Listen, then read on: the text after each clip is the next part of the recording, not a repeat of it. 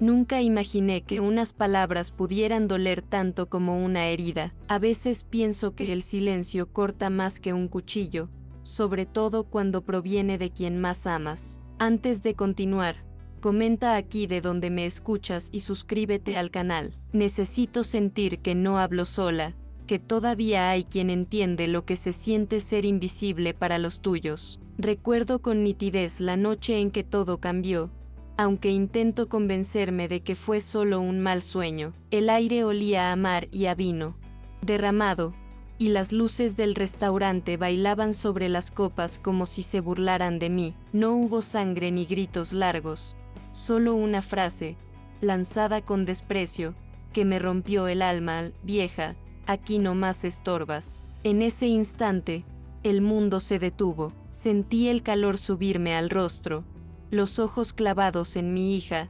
incapaces de reconocerla. Nadie dijo nada, ni los camareros, ni los turistas, ni mis propios nietos, que fingían mirar al suelo. Fue como si de repente yo no existiera, y sin embargo, ahí estaba, con el corazón latiendo tan fuerte que pensé que todos podrían oírlo. A veces pienso que aquella noche no fue el final de algo, sino el principio de otra vida, una donde el amor ya no bastaba para justificar el desprecio, donde el silencio ya no era sinónimo de paz, porque cuando una madre deja de ser escuchada, algo en el mundo se apaga para siempre. Cada mañana empezaba igual, el murmullo de las palomas sobre el tejado, el olor del café recién hecho y la luz dorada entrando por las cortinas de flores. Vivía sola en un pequeño piso del barrio de Benimaclet, con las paredes cubiertas de fotografías antiguas y bordados que yo misma había cosido. Me gustaba despertar despacio, saboreando el silencio, como si en él todavía vivieran las voces del pasado. Allí, entre plantas y recuerdos, encontraba una calma que no necesitaba explicar a nadie. Después del desayuno, me gustaba abrir las ventanas y dejar que el aire del mar recorriera la casa. A veces el viento traía olor a pan tostado o a naranjas, otras, el bullicio de los turistas que ya empezaban a llenar las calles. Los escuchaba reír, hablar en idiomas que no entendía, y pensaba en lo lejos que me sentía de todo eso. Mi mundo se había vuelto pequeño, contenido en las cuatro paredes de mi casa, pero era mío, y eso bastaba. Solía sentarme en el jardín de la comunidad, un rincón con geranios y lavandas que yo cuidaba con esmero. Las vecinas me saludaban con un gesto rápido antes de seguir con sus prisas. Me conocían como la señora Estrella, la de las flores, y aunque no hablábamos mucho, me alegraba verlas pasar. Ese jardín era mi refugio. Allí podía imaginar que el tiempo no había pasado, que mi marido aún estaba conmigo y que mi hija seguía siendo aquella niña que corría descalza entre las macetas. Mis manos nunca supieron estar quietas. Aún conservaba la vieja máquina de coser que me acompañó casi toda la vida. El sonido del pedal, ese ritmo constante y monótono, me resultaba hipnótico. A veces cosía, por encargo, otras solo para mantenerme ocupada. Los hilos de colores, los retales de tela, el olor a algodón y almidón, todo eso formaba parte de mi manera de estar en el mundo. Valencia siempre fue una ciudad ruidosa, viva, pero yo había aprendido a vivir en sus márgenes. Las tardes me gustaba caminar hasta el mercado central, no para comprar mucho, sino para mirar.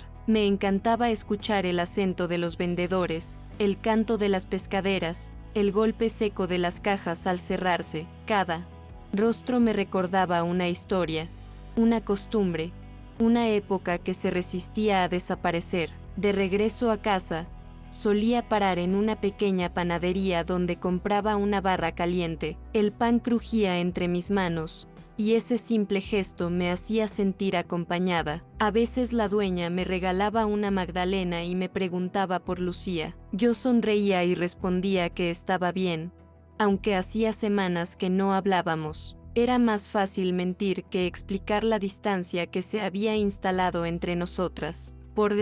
Las noches, antes de dormir, revisaba el móvil una y otra vez, esperando un mensaje, una llamada, algo. Cuando por fin llegaba un «hola, mamá» o un «todo bien, no te preocupes», lo leía una docena de veces. Guardaba cada palabra como si fuera un tesoro, y aunque la frialdad de esos mensajes me dolía, me repetía que al menos seguíamos en contacto, que aún había un hilo que nos unía, por delgado que fuera. En el barrio, la gente hablaba mucho sobre los hijos que se iban a Madrid o al extranjero, sobre cómo la ciudad se quedaba vieja. Yo escuchaba sin opinar. Sabía lo que era ver marcharse a un hijo y quedarse esperando. Había aprendido a disimular el vacío con pequeñas rutinas, regar las plantas, limpiar el polvo, preparar una comida que nadie compartiría. La costumbre era mi escudo contra la tristeza. A veces recordaba los años en que trabajaba en el taller de costura. Éramos un grupo de mujeres alegres, siempre riendo entre telas y agujas. Nos contábamos los problemas, los sueños, las penas. Allí me sentía parte de algo, pero el taller cerró, y con él se fueron los días de compañía. Ahora, cada puntada que daba en casa resonaba como un eco de lo que alguna vez fui.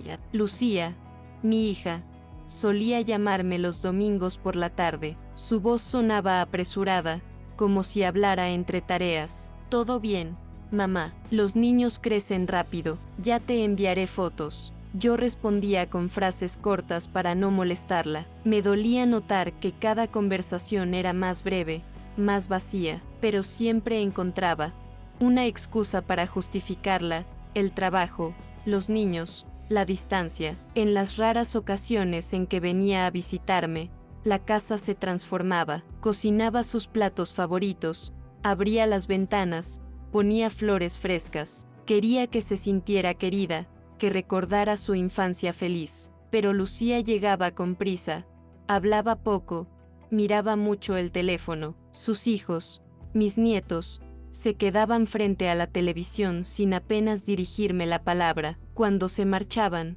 el silencio volvía más pesado que nunca. Mi vecina Concha solía decirme que debía viajar, distraerme, salir del barrio, pero yo nunca fui una mujer de aventuras. Me bastaba con mi jardín, mis costuras y el recuerdo de lo que tuve. Sin embargo, cuando Lucía me mencionó aquel viaje a Grecia, sentí una ilusión inesperada. Pensé que tal vez, lejos de casa, podríamos reencontrarnos. Pasé semanas preparándome para ese viaje. Compré un sombrero nuevo, planché mis vestidos más bonitos, revisé 1000 veces los documentos. Soñaba con ver el mar Egeo, con caminar junto a mi hija como antes, riéndonos de cualquier tontería. Quería creer que todavía era posible recuperar algo de lo que habíamos perdido. El día que salí hacia el aeropuerto, me temblaban las manos. Miré por última vez mi casa,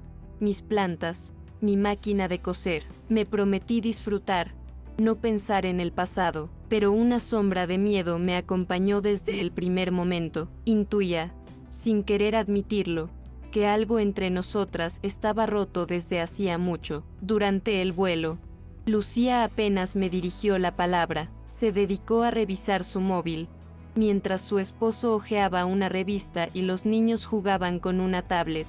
Yo miraba por la ventanilla, fascinada por las nubes, tratando de ignorar el nudo en la garganta. Pensaba que quizá el cansancio del viaje explicaba su frialdad, que al llegar todo sería distinto. El hotel era hermoso, con vistas al mar, paredes blancas y bugambillas colgando de los balcones. Lucía parecía incómoda, como si mi presencia le pesara. «Mamá, te dejo descansar un rato, luego bajamos a cenar», me dijo. Yo asentí, agradecida. Me tumbé en la cama, cerré los ojos y respiré hondo, convencida de que los días siguientes serían diferentes. Esa noche, al cenar juntos, sentí que aún había esperanza. Los niños reían, el vino era bueno, el aire cálido. Por un momento, todo pareció normal, pero cada vez que intentaba hablar, Lucía me interrumpía con impaciencia. «Mamá,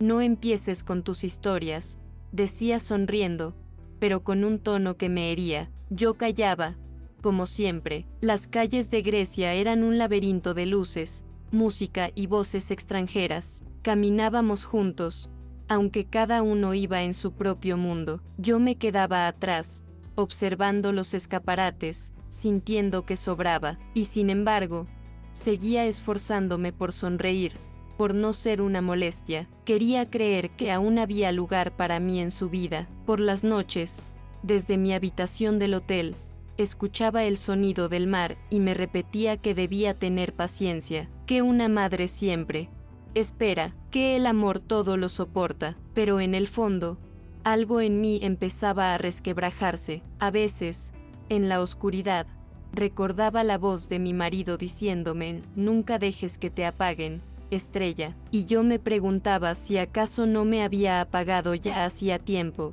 sin darme cuenta. La mañana siguiente al tercer día del viaje, el sol entraba fuerte por la ventana y el sonido del mar se colaba entre las cortinas. Me levanté temprano, preparé mis cosas con calma y bajé al desayuno. Lucía llegó más tarde, con el gesto serio y el teléfono en la mano. Apenas me saludó. El yerno ni siquiera levantó la vista del café. Los niños discutían por un trozo de pan. Nadie parecía notar mi presencia. Me limité a observarlos, intentando entender en qué momento había dejado de pertenecer a esa familia que yo misma construí. Aquel día fuimos a una excursión en barco. Me senté a un lado, mirando el agua turquesa mientras ellos reían y se hacían fotos. Nadie me pidió una. Me sentí de piedra, como si el aire me pasara a través. Cuando el guía ofreció un brindis, levanté la copa con una sonrisa torpe, pero nadie me acompañó. Fue entonces cuando empecé a entender que aquel viaje no era un reencuentro, sino una despedida silenciosa. Por la tarde, mientras paseábamos por el puerto, Lucía se quejaba del calor y de lo cansada que estaba. Le propuse sentarnos un rato a descansar, pero ella me respondió con impaciencia: mamá, no seas pesada, sigue caminando. Sus palabras me dolieron más de lo que imaginé. No respondí. El sonido de mis sandalias sobre las piedras era lo único que me mantenía presente. Pensé que, quizás, si callaba lo suficiente, volvería a ser útil. La cena fue la última oportunidad que el destino me dio para reaccionar. Estábamos en una terraza frente al mar. El viento soplaba suave. Las luces titilaban como luciérnagas sobre el agua. Había música, risas, el aroma del pescado recién hecho. Todo parecía perfecto, pero bastó un segundo. Un gesto torpe, mi mano, temblorosa, derribó una copa. El cristal se rompió en 1000 pedazos, y con él, mi dignidad. Lucía me miró con los ojos encendidos de vergüenza y rabia. Vieja, aquí no más estorbas, gritó. El silencio fue inmediato. Los niños dejaron de moverse. El camarero bajó la mirada. El mar siguió sonando, indiferente. Sentí el calor subirme por la espalda, las manos frías, la garganta seca. No pude responder, solo deseé desaparecer. El yerno intentó calmarla, pero su gesto fue tan falso como su sonrisa. Déjala, cariño, está cansada, murmuró, como si yo fuera una carga más. Los nietos fingieron mirar al plato, y yo tragué mi llanto con el vino que aún quedaba en mi copa. No lloré, no allí. Me limité a sonreír, a fingir que no me importaba, pero por dentro, algo se quebró sin remedio. Esa noche, en la habitación del hotel, no pude dormir. Escuchaba las olas y las risas que aún llegaban del bar. Cerré los ojos y reviví cada palabra, cada mirada. No era solo el insulto, era la confirmación de una verdad que había querido negar. Ya no me querían, al menos no de la forma que una madre necesita, y eso dolía más que cualquier golpe. Amanecí con una decisión que no sabía nombrar. Caminé por la habitación, observé las maletas abiertas, los billetes de avión sobre la mesa. No lo planeé, no hubo venganza, solo una claridad fría, una calma desconocida. Por primera vez en mi vida, no pensé en ellos, sino en mí, en todo lo que había callado, soportado, perdonado, y comprendí que el amor, cuando se humilla demasiado, deja de ser amor. Me quedé un largo rato sentada en la cama, con las manos sobre las rodillas, mirando el amanecer. Afuera, el cielo empezaba a teñirse de rosa y el sonido del mar se mezclaba con los primeros murmullos del hotel. Sentí una paz extraña, como si mi cuerpo supiera lo que debía hacer antes que mi mente. Me levanté despacio, abrí la ventana y respiré hondo. El aire salado me llenó los pulmones, y en ese instante supe que algo en mí había cambiado para siempre. Lucía y su familia dormían en las habitaciones contiguas. Caminé en silencio por el pasillo con el corazón latiendo despacio, firme. Entré al salón donde habíamos dejado las cosas la noche anterior.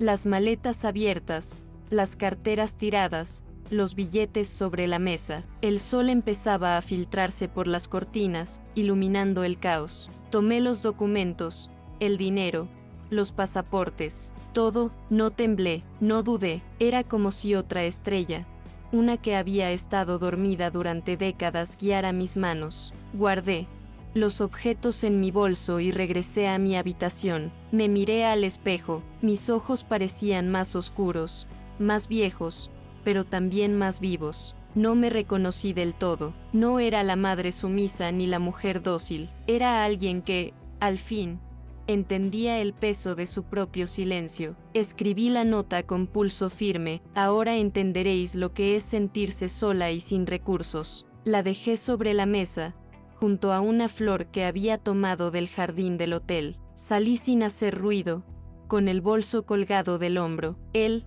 recepcionista me saludó con cortesía, sin sospechar nada. Le sonreí y pagué mi parte del alojamiento. Luego caminé hacia el puerto, donde el aire olía a sal y a pan recién horneado. Cada paso era una liberación, cada respiración un acto de valentía. Por primera vez en mucho tiempo, caminaba sin mirar atrás. El viaje de regreso fue un torbellino de emociones. En el aeropuerto, mientras esperaba el vuelo a Valencia, observaba a las familias reír, a los niños correr, a las parejas abrazarse. Yo estaba sola, pero no me sentía abandonada. Había tomado una decisión que no sabía si era justa, pero sí necesaria. En mis manos tenía los pasaportes y el dinero de quienes me habían hecho sentir invisible. En mi pecho, una mezcla de culpa y alivio me impedía llorar. Durante el vuelo, pensé en lo que pasaría cuando despertaran y descubrieran lo que había hecho. Imaginé sus caras,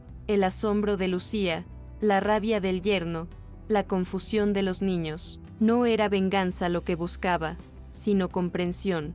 Quería que, aunque fuera por unas horas, sintieran la impotencia que yo había sentido durante años. Tal vez entonces aprenderían a mirar más allá de sí mismos. Al aterrizar en Valencia, el calor me golpeó el rostro como un viejo conocido. Tomé un taxi hasta mi casa y, al entrar, el olor a lavanda y a polvo me hizo llorar por primera vez. Me dejé caer en el sillón, con el bolso en el regazo, y solté un suspiro que llevaba años guardando. No sabía si debía sentirme orgullosa o avergonzada. Solo sabía que, por fin, era libre de mi propio miedo. Esa noche dormí profundamente, sin sueños ni sobresaltos. El silencio de mi casa me abrazó, y el tic-tac del reloj me recordó que el tiempo seguía su curso, con o sin mí. Por primera vez, no me dolía estar sola, me dolía más haber vivido tanto tiempo rodeada de gente que me hacía sentir vacía. Los días siguientes,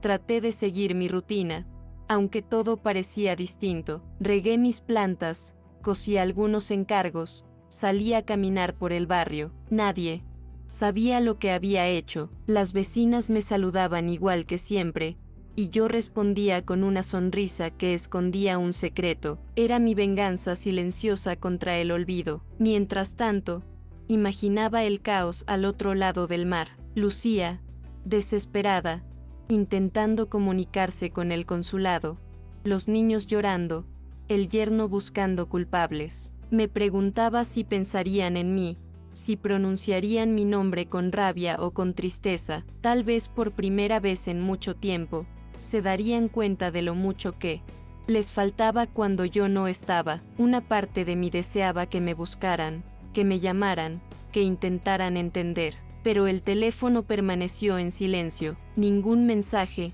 ninguna disculpa, y eso, aunque dolía, también me confirmaba que había hecho lo correcto. No los castigué con odio, sino con la ausencia que ellos mismos habían creado. A veces, mientras tomaba café en la terraza, pensaba en Lucía de niña, corriendo con un vestido amarillo, gritando mi nombre con alegría. ¿En qué momento se perdió esa ternura? ¿Cuándo el amor se volvió fastidio? Me dolía reconocer que tal vez fui parte del problema, que al protegerla tanto, la hice olvidar el valor del sacrificio. Una tarde, encontré una carta vieja de mi marido entre los cajones. Decía: nunca permitas que te traten como si fueras menos de lo que vales. La leí una y otra vez, con lágrimas en los ojos. Era como si me hablara desde algún rincón del tiempo, recordándome que aún tenía derecho a ser respetada, a ser vista. Los días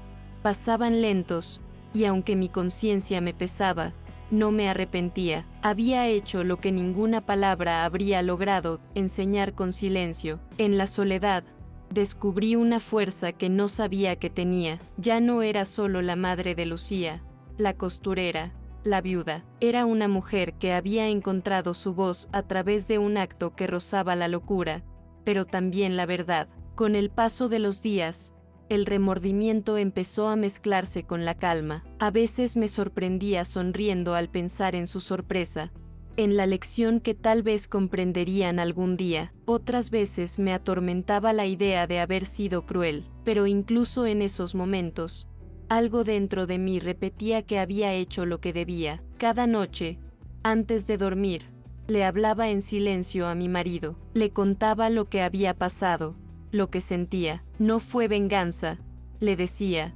fue necesidad. En la penumbra, imaginaba su mano sobre la mía, dándome fuerzas para seguir sin dudar. Sabía que, si él estuviera vivo, habría entendido. Las semanas pasaron sin noticias. Nadie llamó, nadie tocó la puerta, pero en esa espera, aprendí algo que jamás había comprendido antes.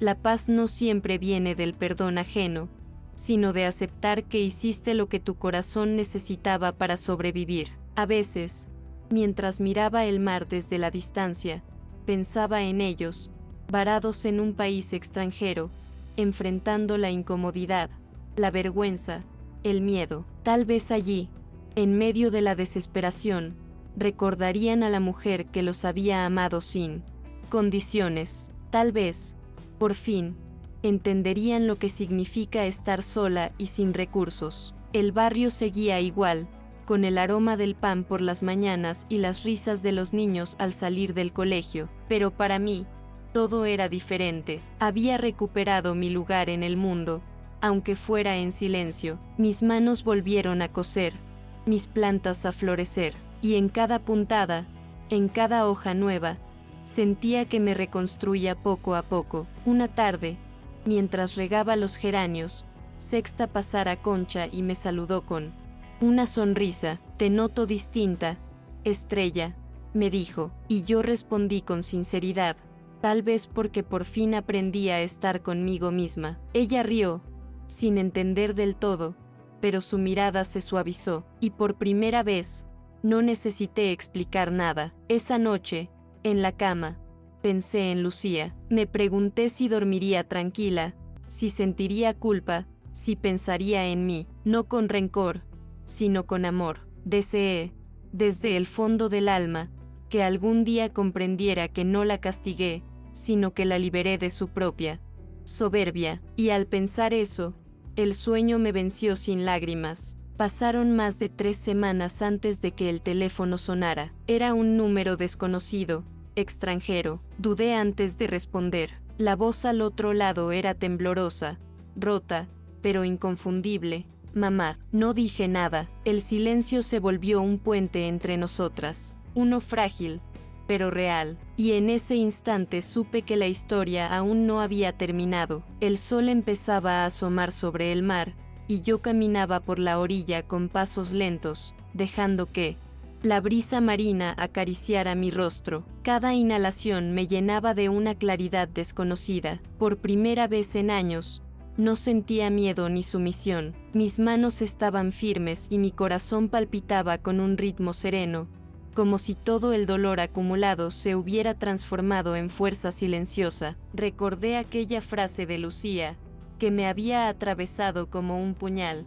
Vieja, aquí no más estorbas. La repetí en mi mente, y en lugar de dolor, sentí una extraña calma. No era odio lo que brotaba, sino un reconocimiento de que mi dignidad nunca más sería aplastada. Aquel momento, por humillante que hubiera sido, me había despertado. Al mismo tiempo, en la habitación del hotel, el caos comenzaba. Lucía descubrió que el dinero, los pasaportes y las tarjetas habían desaparecido. Sus ojos se abrieron como platos. La desesperación teñía su rostro de miedo y confusión. Su esposo gritaba. Los niños lloraban. Ninguno entendía nada. Yo, a cientos de kilómetros de distancia, imaginaba su desconcierto. Con una mezcla de culpa y alivio, el mundo que había conocido durante tantos años, donde yo callaba y soportaba, se había invertido en un instante. Lucía experimentaba la impotencia que yo había sentido tantas veces. Cada grito, cada mirada perdida, cada lágrima era una réplica de lo que me habían hecho sentir. Por primera vez, el silencio que yo guardaba se volvió protagonista. Mientras tanto, yo me senté en mi balcón en Valencia, mirando mis geranios y el cielo azul claro. No había prisa. No. Había angustia. El sobre con sus documentos permanecía intacto a mi lado. No sentí la necesidad de esconderlo ni de destruirlo. Era mi forma de demostrar que la fuerza no se impone con violencia, sino con presencia y determinación. Recordé cada humillación sufrida, los comentarios sarcásticos, los desprecios disimulados, las excursiones donde no fui bienvenida. Todo aquello había culminado en esta decisión. Pero no se trataba de venganza, se trataba de hacerme visible, demostrar que una madre también tiene límites, que el amor no se traduce en sumisión. Horas después, supe que el caos era total, el personal del hotel no podía ayudarlos, la embajada estaba lejos, los niños lloraban sin entender. Sentí un escalofrío al imaginar la confusión de Lucía, su orgullo resquebrajándose poco a poco. Sin embargo, no hubo regocijo en mí, solo una aceptación serena de que había hecho lo necesario para proteger mi dignidad. Mi corazón latía tranquilo mientras pensaba en la reacción de los demás. Por fin entendí que la vida no siempre recompensa de inmediato, pero sí enseña lecciones que permanecen. Ellos aprenderían, a su manera, lo que significa depender de otros, lo que significa sentir miedo y soledad. Cuando finalmente regresé a casa, la sensación de libertad me abrazó. Mis manos volvieron a las plantas y a la costura, pero algo en mí ya no era el mismo. Había despertado a una fuerza que dormía desde hace décadas, una fuerza que me permitía enfrentar cualquier humillación futura sin quebrarme. Semanas después, la puerta sonó. Lucía estaba allí, con los ojos húmedos, el rostro cansado, y una mezcla de miedo y arrepentimiento. No hubo reproches ni lágrimas teatrales, solo un silencio largo, pesado, que decía más que 1000 palabras. La observé con ternura, ofreciéndole un té caliente. Por primera vez, me sentí comprendida y respetada. La lección estaba completa, había recuperado mi dignidad, y con ella, mi paz. Volver a mi casa fue como entrar en un refugio que me pertenecía. Solo a mí. El aroma de las plantas, el calor de las paredes y el sonido distante del barrio me recordaban que, a pesar de todo, la vida continuaba. Por primera vez en mucho tiempo, sentí que no debía rendirme ante la indiferencia de los demás. Podía existir y ser feliz a mi manera, sin depender de la aprobación de nadie. Me senté en el balcón con una taza de té, mirando el cielo azul de Valencia. El viento movía suavemente los geranios y un pájaro cantó cerca, como si celebrara mi regreso. En el silencio, entendí que la verdadera fuerza no se demuestra con gritos ni castigos, sino con la calma que surge cuando decides ponerte a ti misma primero. Las semanas pasaron y la rutina volvió, pero con una diferencia fundamental: yo ya no era invisible. Cada puntada en la máquina de coser, cada cuidado a las plantas, cada paseo por el barrio se volvió un acto consciente de amor propio. No necesitaba reconocimiento externo. Mi dignidad era suficiente. Un día, mientras organizaba la cocina, recordé la humillación en Grecia, la vergüenza de aquel grito, los ojos de mis nietos bajando, la frialdad de Lucía. Todo eso ya no me dolía con la misma intensidad. En cambio, me sentí más fuerte. Aprendí que el respeto no se mendiga y que el amor también tiene límites que merecen ser defendidos. Lucía regresó unas semanas después, con una expresión que mezclaba cansancio y arrepentimiento. No hubo reproches ni dramatismos. Nos miramos a los ojos, y en ese simple gesto se transmitió todo: su culpa, mi perdón, la comprensión que había tardado tanto en llegar. Nada se dijo de más. Solo compartimos un té, y en ese momento, la distancia emocional se acortó lo suficiente para sanar parcialmente las heridas. Durante los días siguientes, reflexioné sobre lo que había sucedido. Me di cuenta de que no necesitaba reconstruir mi relación con mi hija por obligación. Su presencia podía ser bienvenida o no, según el respeto que mostrara. Yo había aprendido a ser dueña de mis emociones, a poner límites y a reconocer que mi valor no dependía de la mirada ajena. Mis nietos también empezaron a acercarse de manera diferente, no por miedo ni por culpa, sino porque vieron que su abuela tenía voz, que podía decidir sobre sí misma. Sus risas volvieron a llenar mi casa, pero esta vez con una sensación de equilibrio, de respeto mutuo que antes no existía. Cada tarde, cuando el sol acaricia los geranios, siento que he ganado algo invaluable: la certeza de que nadie puede arrebatarme mi dignidad. Aunque las heridas emocionales persisten, el aprendizaje permanece. La vida puede ser dura, pero la forma en que respondemos a la injusticia define nuestra libertad interior. He comprendido que el amor de madre no es sinónimo de sacrificio ciego. A veces, amar también significa poner límites, protegerse y enseñar con el ejemplo. Hoy me miro al espejo y veo a una mujer que ha sobrevivido, que ha aprendido a defender su espacio, y que ya no teme ser quien es, con todas sus fuerzas y vulnerabilidades. Historias como esta no pueden más quedarse en silencio. El dolor y la humillación pueden transformarse en fuerza, y el respeto propio es el primer paso para que los demás aprendan a valorarnos. Por primera vez, siento que mi voz existe, que mi historia importa, y que la paz no llega desde afuera, sino desde haber decidido enfrentar el dolor con dignidad.